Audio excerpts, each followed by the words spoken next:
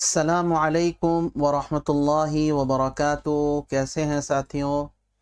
امید کرتا ہوں آپ تمام خیریت سے ہوں گے۔ ساتھیوں، سبق کے اعتبار سے آج ہمارا چوتھا دن ہے، یعنی آج جو ہے کلاس کا چوتھا دن ہوگا۔ تو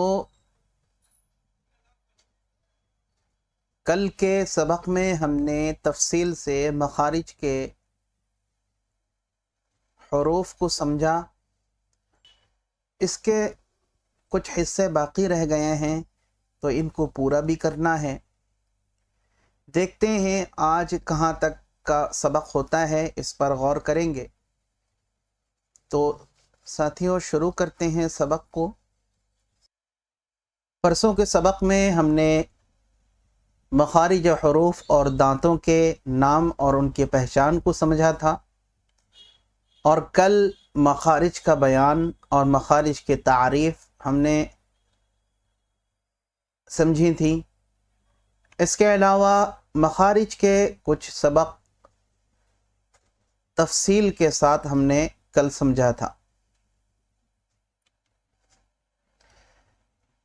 مخرج نمبر 1 سے لے کے ہمارا مخرج نمبر 4 کمپلیٹ ہو گیا ہے، اور آج سے مخرج نمبر 5 آج سے شروع ہونے جا رہا ہے، تو اس پر غور کیجئے۔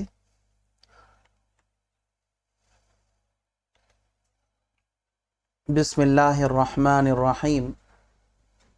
مخارج میں مخرج نمبر 5 کا مخرج، سب سے پہلا مخرج آپ نے پڑھا کہ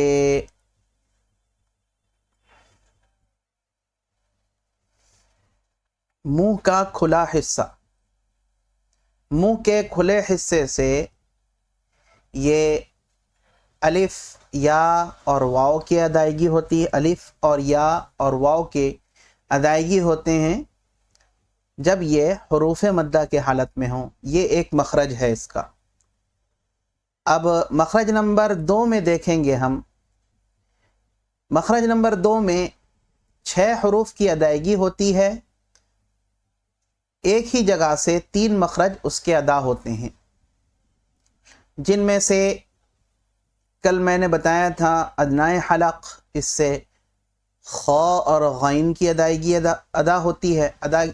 ہوتی ہے، اور وسط حلق سے جو درمیان ہے، بیج والا حلق ہے، اس سے عین اور حا کی ادائیگی ہوتی ہے، اور اقصی حلق یعنی نیچے والے حلق جو سینے کی جانب ہیں، اس سے حمزہ اور ہا کی ادائیگی ہوتی ہے۔ آج کا سبق جو ہے مخرج نمبر 5 سے ہے، اس پر ہم دیکھیں گے کون کون سے حروف ہیں۔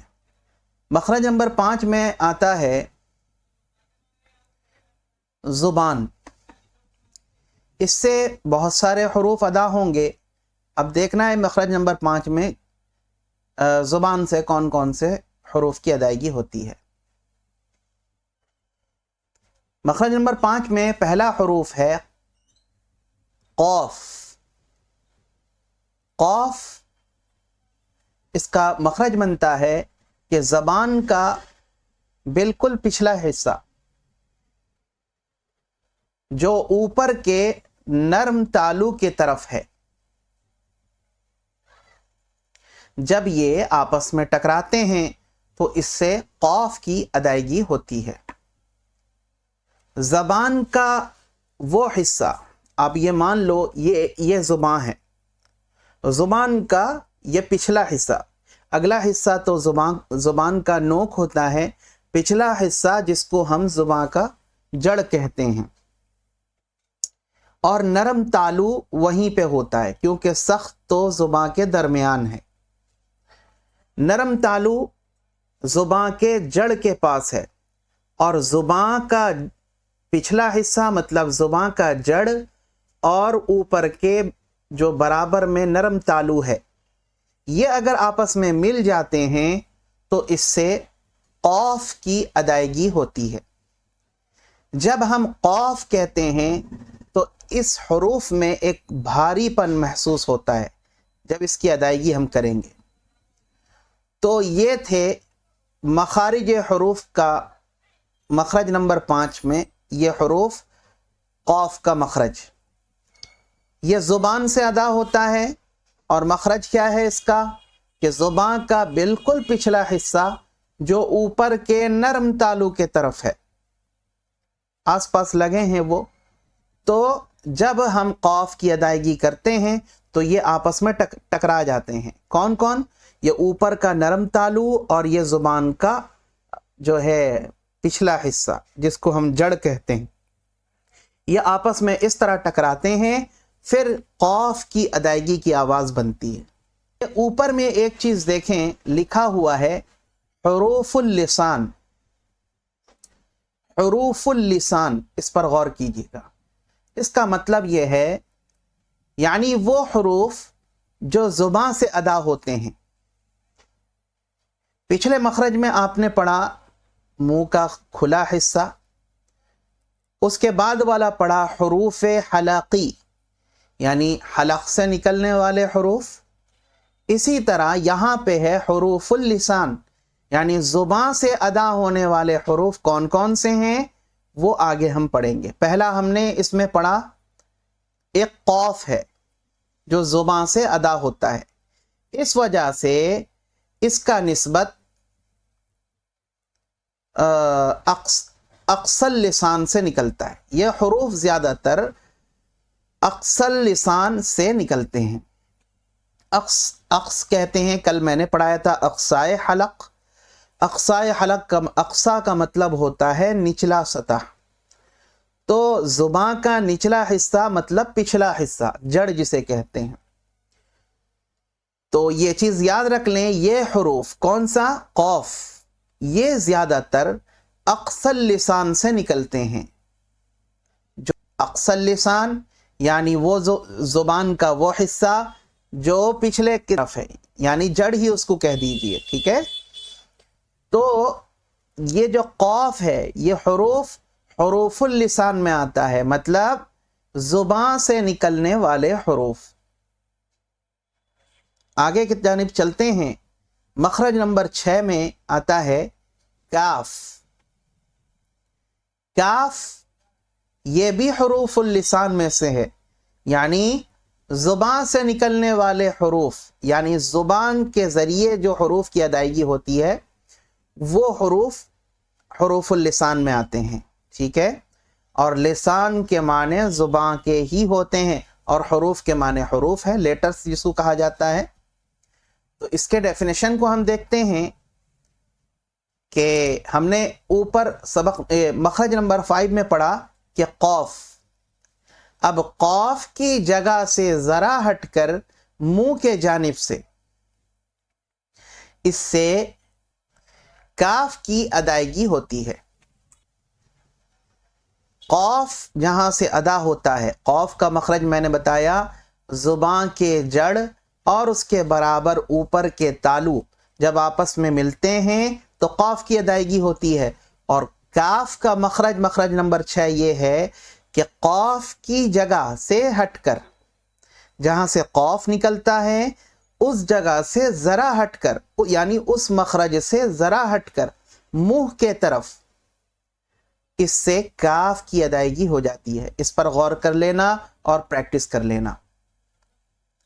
تو نوٹس یہ اس کو بھی دیکھ لیں کہ یہ حروف بھی زیادہ تر اقصل لسان سے نکلتے ہیں۔ وہی بتایا قوف کا جہاں سے حروف کی ادائیگی ہوتی ہے، قوف کی ادائیگی جہاں سے ہوتی ہے، قوف کی ادائیگی اقصل لسان یعنی پچھلا حصہ، زبان کا پچھلا حصہ یا اس کو جڑ بھی کہہ دو، تو اس کاف کا بھی نسبت اسی جگہ سے ہے، ٹھیک ہے؟ آگے دیکھتے ہیں مخرج نمبر 7 میں،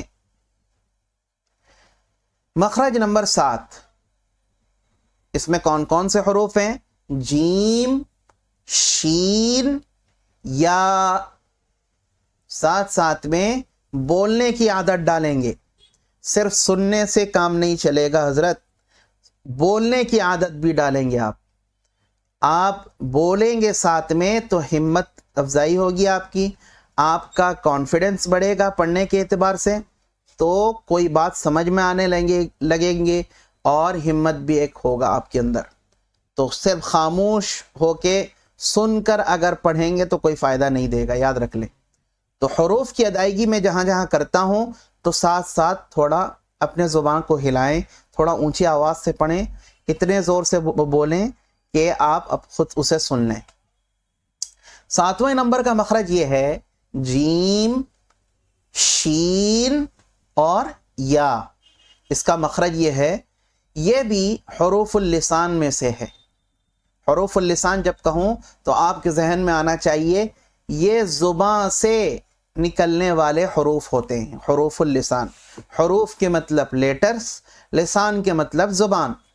حروف اللسان یعنی وہ حروف جو زبان سے ادا ہونے والے حروف ہوتے ہیں، ٹھیک ہے۔ ہم نے پیچھے میں دیکھا منہ کے خالی حصے سے بھی حروف ادا ہوتے ہیں، حلق سے بھی حروف ادا ہوتے ہیں، تو یہاں زبان کا سے کون کون سے حروف ادا ہوتے ہیں اس پر غور کر رہے ہیں ابھی۔ تو یہ 3 حروف جو ہیں یہ حروف اللسان میں سے ہیں۔ آئیں ان کا ڈیفینیشن دیکھتے ہیں۔